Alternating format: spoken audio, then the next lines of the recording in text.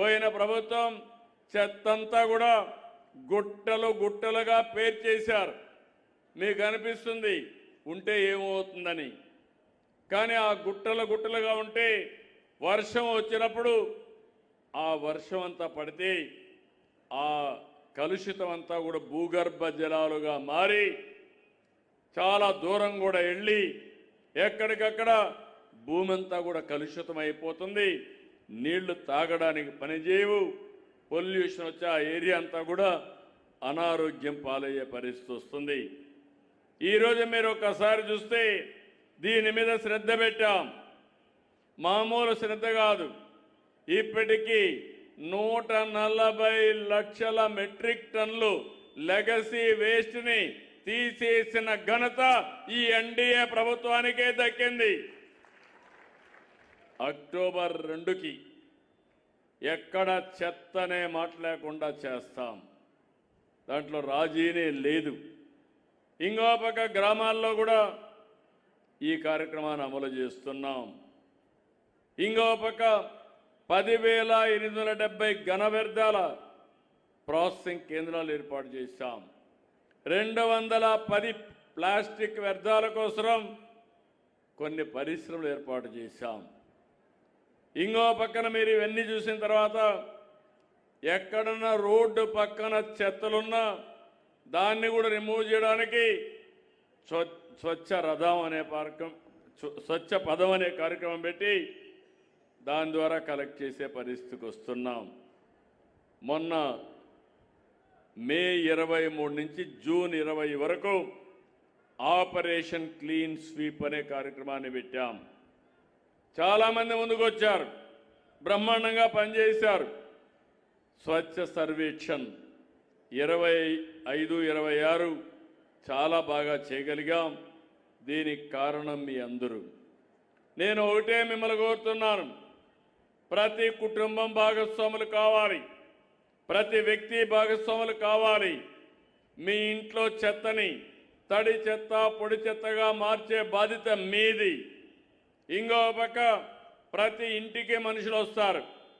మీ ఇంట్లో చేసిన చెత్త మీరు సెగ్రిగేట్ చేసి అవసరమైతే అది ఇచ్చేస్తే దాన్ని తీసి ప్రాసెసింగ్ చేసి ఎక్కడికక్కడ ముందుకు తీసుకుపోయే పరిస్థితికి వస్తాం. నేను ఒకటే నిర్దిష్టమైన ఆలోచనలు 18 సార్లు వచ్చాను, మళ్ళీ వస్తా. 3వ శనివారం ఒకటే కోరుతున్నా, దీనికంటే మించిన పవిత్రమైన కార్యక్రమం ఇంకోటి లేదు. ఇప్పుడే మనం ప్రతిజ్ఞ చేశాం. 3వ శనివారం కనీసం ఒక 2-3 గంటలు మీరు మనసు పెట్టండి, ఒకసారి ఆలోచించండి, 10 మందికి చెప్పండి. ఇది కానీ మనం చేయగలిగితే భావితరాలు ఆనందంగా ఉంటారు. ఇది ఒక లెగసీగా తయారవుతుంది. మీ అందరికీ నేను ఇచ్చే పిలుపు నెట్ జీరో. మీ ఇంటి మీదనే మీరు కరెంటు ఉత్పత్తి చేసుకోవాలి. మీ ఇంట్లో వచ్చే చెత్తని పొడి చెత్త తడి చెత్తగా తయారు చేసి తడి చెత్తని కాంపోస్ట్గా తయారు చేసుకోవాలి. పొడి చెత్తని డిపార్ట్మెంట్కి ఇస్తే అవసరమైతే కొన్ని మీరు ఇచ్చిన దాని మీద తిరిగి కొన్ని నిత్యావసర వస్తువులు మీకు ఇస్తాం. దేనికి పనికిరాని చెత్త మనం కరెంట్ ఉత్పత్తి చేయడానికి పంపిస్తాం. ఇంకో పక్కన భవిష్యత్తులో కార్బన్ న్యూట్రల్ అని మాట్లాడుతున్నా. నేను స్కూల్లో కానీ కాలేజీల్లో కానీ గ్రామాల్లో కానీ మున్సిపాలిటీస్ కానీ ఎక్కడైనా సరే ముందు నెట్ జీరో. మన ఇంట్లో చెత్తని మనం కన్వర్ట్ చేయడం. మన ఇంటి మీద పడిన వర్షం ఈ సంవత్సరం అయితే వర్షాలు కూడా లేవు, అది కూడా నేను వస్తాను. ఆ నీళ్లు భూగర్భ జలాలుగా మార్చుకోవడం. 3వది అందరం కూడా ఆలోచించాల్సింది మన ఇంటిపైనే కరెంటు తయారు చేసుకోవడం. ఇది తయారు చేసుకోగలిగితే ఎక్కడా లేనటువంటి వెసులుబాటు వస్తుంది. ఈరోజు మీరు ఒక్కసారి ఆలోచించండి, ఎగ్జాక్ట్గా 12 సంవత్సరాల కంటే ముందు కృష్ణా డెల్టాకు నీళ్లు వచ్చేటివి కాదు. ఆ రోజు నేను ఆలోచించాను, కృష్ణా డెల్టాని కాపాడుకోవాలి. ఒక చరిత్ర ఉన్న డెల్టా కృష్ణా డెల్టా, అంతేకాకుండా దేశానికి అన్నపూర్ణగా దేశానికి అన్నం పెట్టిన స్థలం ఈ కృష్ణా జిల్లా. ఎంతోమంది యుగ పురుషులు పుట్టిన గడ్డ ఈ కృష్ణా జిల్లా. ఎన్టీ రామారావు గారు మొదలుకొని పక్కనే అక్కనే నాగేశ్వరం మొదలుకొని ఘంటసాల మొదలుకొని ఇంకో పక్క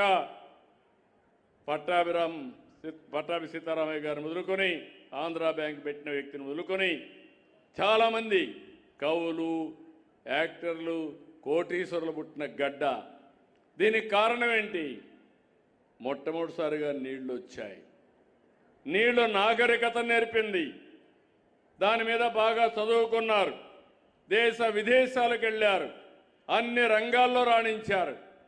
అలాంటి గడ్డకు నీళ్లు లేకపోతే నేను ఒకటే ఆలోచించి 12 నెలల్లో పట్టిసీమ పూర్తి చేసి కృష్ణా జిల్లాకు నీళ్లు తీసుకొచ్చాను. ఈ సంవత్సరం 48% వర్షాభావం. ఆల్మట్టికి నీళ్లు రాలేదు, నారాయణపూర్కి రాలేదు. కానీ కృష్ణా డెల్టా కాపాడుతున్నామంటే ఆ రోజు చూపించిన దూరదృష్టి కారణమని మరొకసారి మీ అందరికీ విజ్ఞప్తి చేస్తున్నా. ఇప్పటి వరకు 450 టీఎంసీ నీళ్లు తీసుకొచ్చాం. ఇంకో పక్కన 50,000 కోట్ల రూపాయలు సంపద సృష్టించగలిగాం. ఆ రోజు నన్ను చాలా మంది విమర్శించారు. మీరు చేయడానికి వీల్లేదన్నారు. నేను ఒకటే చెప్పాను, ఎవరు ఎన్ని విధాల అడ్డుపడినా కృష్ణా డెల్టాను కాపాడుతా, పట్టిసీమ పూర్తి చేస్తానని పట్టుదలతో పూర్తి చేసి మిమ్మల్ని కాపాడుకున్నాం. ఇంకొక పక్క పోలవరం ముమ్మరంగా పనులు అవుతున్నాయి. 2027 మార్చికి పోలవరాన్ని పూర్తి చేసి జాతికి అంకితం చేసే బాధ్యత కూడా మేము తీసుకుంటాం. ఇది ఒక గేమ్ చేంజర్. పోలవరం ఆంధ్రప్రదేశ్కు జీవనాడి. అక్కడ నీళ్లన్నీ కూడా గ్రావిటీతో వస్తాయి. 2 పుణ్య నదులు కలుస్తాయి, గోదావరి, కృష్ణ. నా ఆలోచన వంశధార నుంచి పెన్నా వరకు కలపాలని అన్ని నదులు అనుసంధానం చేసి కరువు అనే మాట లేకుండా చేయడం కోసం ముందుకు పోతున్నాం. అయితే ఇక్కడ మీరు ఒక విషయం గుర్తుపెట్టుకోవాలి.